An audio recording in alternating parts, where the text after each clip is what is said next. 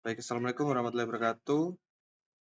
Perkenalkan, nama saya Yuri Sabrilian Wicaksono dan ada beberapa teman saya, pertama Anissa Hafiz, dan Haiba.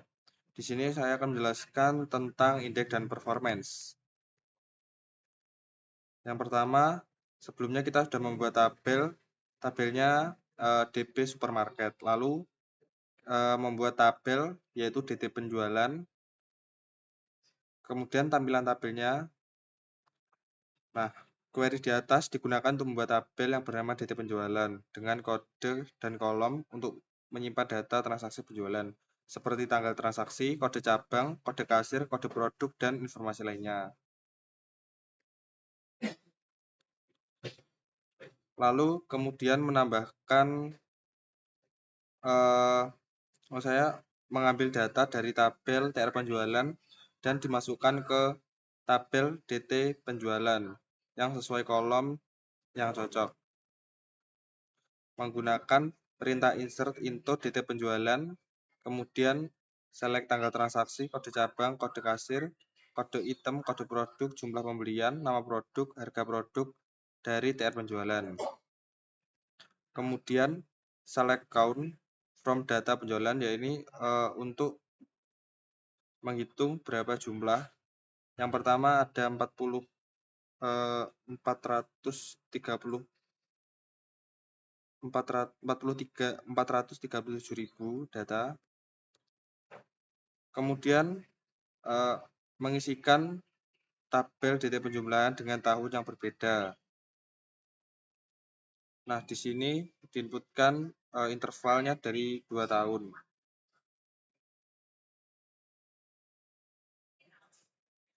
Ini outputnya. Kemudian langkah-langkah berikutnya untuk mengetahui indeks pada query menggunakan explain select.from DT penjualan, di mana kode cabang 039 dan kode produk 000040. Kemudian explain select tanggal transaksi dari DT penjualan, where tanggal transaksi dari 2008 bulan 1 tanggal 1 sampai 2008 bulan 10 tanggal 31. Kemudian explain select tanggal transaksi dari data penjualan. Kemudian memperlihatkan indeks dari data penjualan.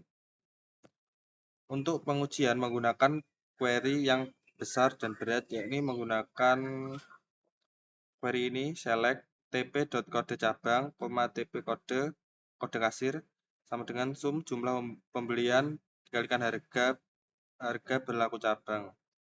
Kemudian jumlah dari MS harga harian MH, DT penjualan TP di mana MH tanggal berlaku sama dengan TP tanggal transaksi, dan MH kode cabang sama dengan kode TP kode cabang, dan MH kode produk sama dengan TP kode produk. Kemudian ekstrak bulan dari tanggal transaksi sama dengan 3. Nah, ini outputnya. Outputnya ada kurang lebih 29. Nah, ini adalah tabel query dari pengulangan sebanyak 10 kali dijumlah, kemudian dibagi 10. Yang hasilnya 354 milisecond. Yang kedua ada tabel query 2 sama mengecek selama 10 kali, kemudian dijumlah, lalu dibagi 10, maka hasilnya 341,8 milisecond. Baik, kemudian adalah langkah-langkah mengetahui penggunaan indeks pada query. Yang pertama, menggunakan explain pada query. Jalankan perintah explain sebelum query yang ingin dianalisis. Contoh, explain select.from DT penjualan where kode cabang sama dengan cabang 039. Kemudian hasil dari explain akan menunjukkan apakah indeks digunakan untuk mempercepat query ini. Lalu, perlihatkan kolom key dan output explain. Kolom key dalam hasil explain menunjukkan nama indeks yang digunakan pada query tersebut. Jika kolom key berisi nama indeks, artinya query menggunakan indeks yang ada. Jika kolom key bernilai 0, artinya indeks tidak digunakan. dan MySQL mungkin melakukan full table scan atau membaca seluruh tabel. Kemudian memeriksa kolom tipe dalam output explain. Ada kolom tipe mengindikasikan jenis akses yang dilakukan MySQL yang menunjukkan beberapa efisien query tersebut. Yang pertama ada AL atau ALL, yakni MySQL melakukan full table scan tanpa indeks. Yang kedua ada indeks, menggunakan indeks untuk membaca data tanpa filter. Kemudian RAN, menggunakan indeks untuk mencari tentang nilai, misalnya dengan between atau tanda kurung lancip. Kemudian ref, menggunakan indeks untuk pencarian dengan pencocokan sebagian. Dan yang terakhir ada const eq underscore ref atau unique subquery, yakni menunjukkan penggunaan indeks yang sangat efisien. Jika tipe bernilai ALL, ini menunjukkan bahwa indeks tidak digunakan. Kemudian pastikan kolom dalam kondisi where atau join sudah diindeks. MySQL akan lebih mungkin menggunakan indeks jika kolom yang digunakan dalam kondisi where, join, atau order by sudah memiliki indeks. Jika kolom sering dipakai dalam filter atau pengurutan tidak memiliki indeks, MySQL cenderung melakukan full table scan.